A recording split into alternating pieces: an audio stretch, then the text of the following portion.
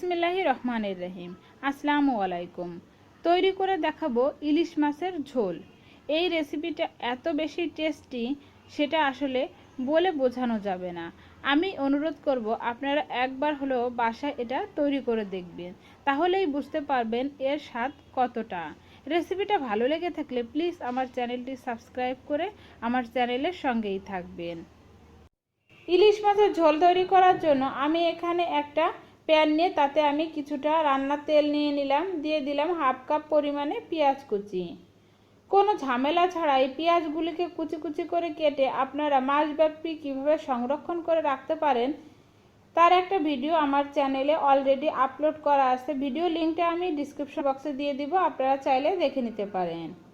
নাড়াচাড়া করে একটু হালকা ভেজে নিলাম। এই পর্যায়ে আমরা দিয়ে দিব কাঁচামরিচ ফালি। ঝালের পরিমাণটা সম্পূর্ণই আপনাদের টেস্টের উপর নির্ভর করে, আপনারা চাইলে বাড়িয়ে বা কমিয়েও দিতে পারেন। নাড়াচাড়া করে নিচ্ছি। এই পর্যায়ে আমি দিয়ে দিব স্বাদ মতো লবণ, দিয়ে দিব পরিমাণ মতো হলুদের গুঁড়া। সব উপকরণগুলোকে আমি একসঙ্গে নেড়ে চেড়ে মিক্স করে নিব। সব উপকরণগুলো নেড়ে চেড়ে আমার মিক্স করা হয়ে গেছে। এই পর্যায়ে আমি দিয়ে দিব কিছুটা পানি, তবে খুব বেশি পানি দেওয়ার প্রয়োজন নেই।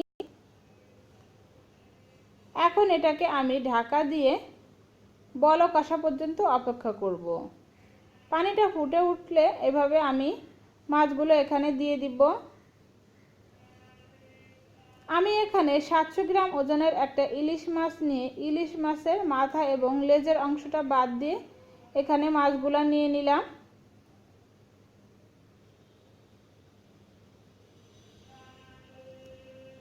এখন এটাকে আমি ঢাকা দিয়ে 5 মিনিট রান্না করে নিব।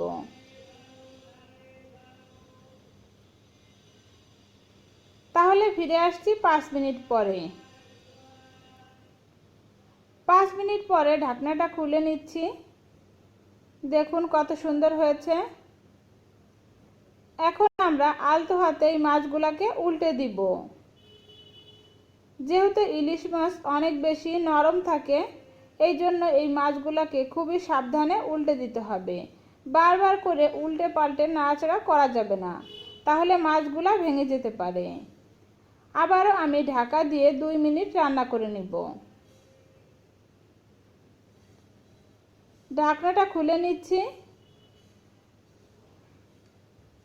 এই পর্যায়ে আমরা প্যানের হাতলটা ধরে এভাবে একটু দুলিয়ে নিব। বারবার করে নাড়াচাড়া করলে মাছগুলো ভেঙে যেতে পারে, এজন্য আমরা হাতলটা ধরে একটু এভাবে দুলিয়ে নিলাম। এখন আমরা ঝোলের পানিটা অ্যাড করে দিব। আপনারা আপনাদের পরিমাণ অনুসারে ঝোলের পরিমাণটা বাড়িয়ে বা কমিয়ে দিয়ে দিবেন। এখন আমি ঢাকা দিয়ে দিচ্ছি। ঢাকা দিয়ে আমি এটাকে 5 মিনিট রান্না করে নিলাম। 5 মিনিট পরে দেখুন এরকম হয়েছে।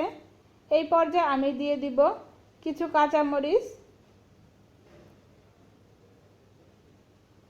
এখন আমি এটাকে আবারও ঢাকা দিয়ে দিচ্ছি। ঢাকা দিয়ে আমি 1 মিনিট পরে জালটা বন্ধ করে আপনাদের সার্ভ করে দেখাচ্ছি এটা কেমন হয়েছে।